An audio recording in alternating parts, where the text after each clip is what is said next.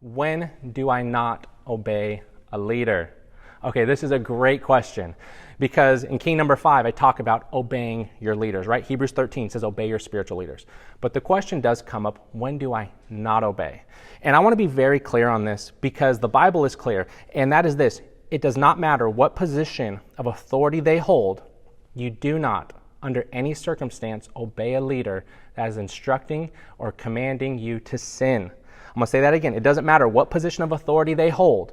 You do not, under any circumstance, submit to an authority figure asking you to sin. Okay? Don't ever forget that. Let me share with you this verse in Proverbs here. It says, if the godly give in to the wicked, it's like polluting a fountain or muddying a spring. Isn't that crazy? Look at that again. If the godly give in to the wicked, it's like polluting a fountain or muddying a spring. So whatever, do not give in to sin, no matter what. It doesn't matter what leader it is in your life. It doesn't matter what position they hold. You never compromise this. There's a couple examples in the Bible. You look at Joseph. He was tempted by Potiphar's wife to sleep with her.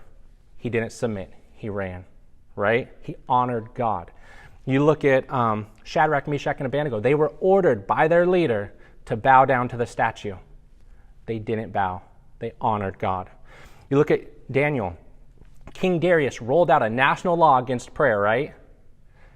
He did not submit to that. He still prayed 3 times a day. You look at the early disciples. They were ordered to stop preaching. They did not submit to that law. They kept preaching the gospel. They said, should we obey you rather than God? So remember, follow God. Follow kingdom law, kingdom principles. You never violate kingdom law. And it's sad to say, over the last couple years, there have been multiple prominent ministry leaders that have been exposed for having sexual relationships, mishandling ministry finances, or other immoral behavior. And this is truly heartbreaking. And this is why Paul, look at what he tells his young assistant Timothy. Look at this. He said, you should know this, Timothy, that in the last days there will be very difficult times. They will act religious, but they will reject the power that can make them godly. Stay away from people like that. Okay, so you can see you don't stay under leadership that is asking you to sin or is leading you to sin. You just don't compromise in those areas. Paul also tells this to the Corinthian church. Look at this, 1 Corinthians 5. Now I have written to you not to keep company with anyone named a brother who is sexually immoral or covetous or an idolater or a reviler or a drunkard or an extortioner, not even to eat with such a person. Now let me make it clear. Paul is not talking about unbelievers. Not at all. He's talking about those who call themselves Christians but choose to live this lifestyle of sin. Okay? So Paul is not talking about staying away from unbelievers, but rather those that call themselves Christians who live in sin, who make excuses, and who justify it. Okay? If you are under a ministry leader who is tempting you to sin or is asking you to sin, you are not to submit to that leader.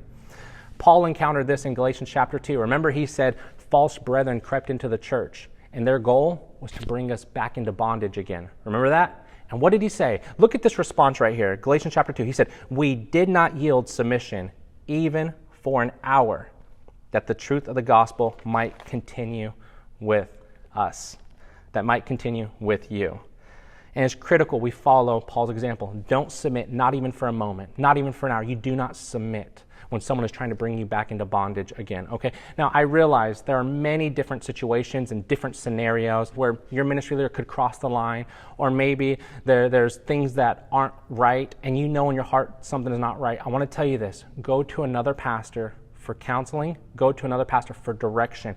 This is if you are being led to sin, okay? I want you to right away go get counseling, go get mentorship that you need on how to handle this situation and how to navigate this season, okay? But no matter what, you do not compromise or fall into sin, okay? You be the vessel who God has called you to be.